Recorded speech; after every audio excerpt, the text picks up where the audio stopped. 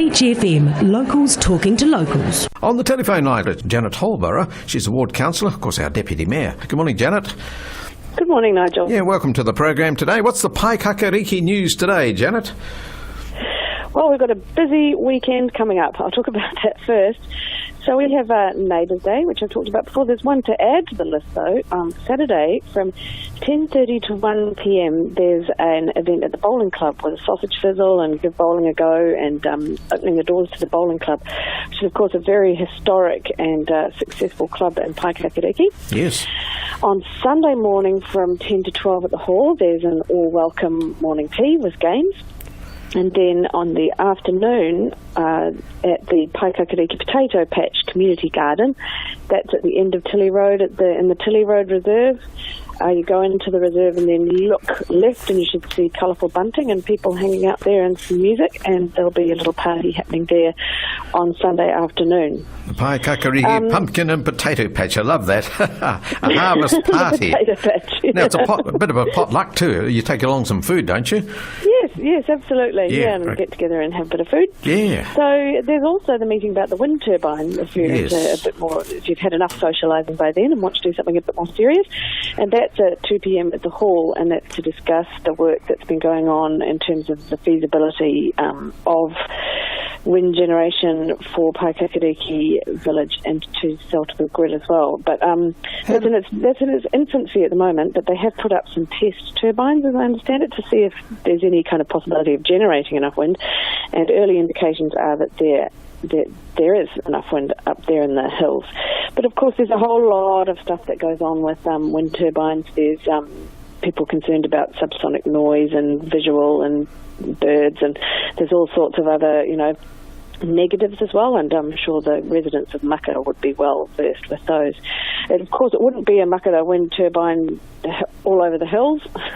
That would just be probably one turbine, I think, is what's being vaguely mooted. So a small project, but a multi-million-dollar project nevertheless, if it was to take off.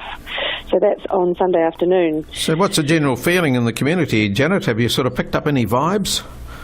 No. They put up the advertisement on Facebook for the meeting, and there's been a couple of comments saying what an interesting idea, and one highlighting some of the concerns that I just mentioned. But I think the feeling in the community, this meeting is to start to gauge that. Yes. So now that we know it's pointless talking about it if it's not a possibility in the first place. Right. So the first step was, I think, the idea was, and it's the Paekakariki Community Trust who are behind this. They're the people who've been renovating the hall. But their mandate is much wider than that. That just happened to be the first project that they got off the ground. So they were set up, the board facilitated the community trust being set up some 13 years ago, 12 or 13 years ago, I think. And the idea was that it was a trust that was able to fundraise on behalf of different organisations, do lots of different projects in the community. But of course the hall turned into such a huge project, and the idea of what the finished product was going to be like was so kind of they wanted a high quality venue, so that's been the main project. But this wind turbine project has also been going on in the background as well. Yeah, I think it's a brilliant idea, and I don't think it has to be offensive. I mean, in Paekakariki up in the hills there could be hidden away but still operating very well. There's enough wind around here, that's for sure.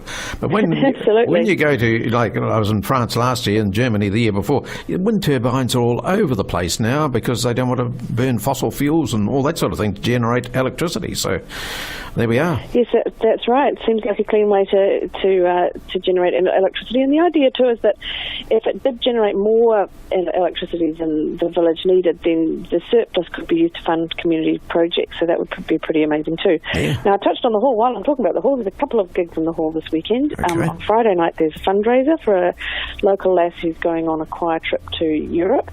But the lineup's just extraordinary. Shane Wills is playing and various other people, and it should be a great night.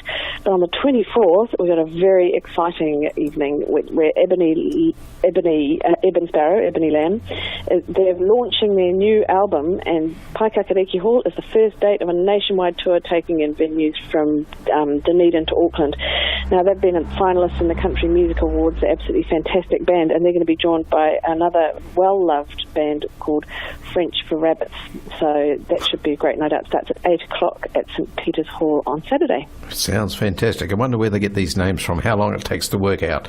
How to name your band. Was it French for rabbits, did you say? I love French for rabbits. Oh, goodness gracious. Janet, thanks very much for your valuable time today, and have a wonderful weekend with the rabbits. You too. Thanks Good a idea. lot. 106.3 Beach FM.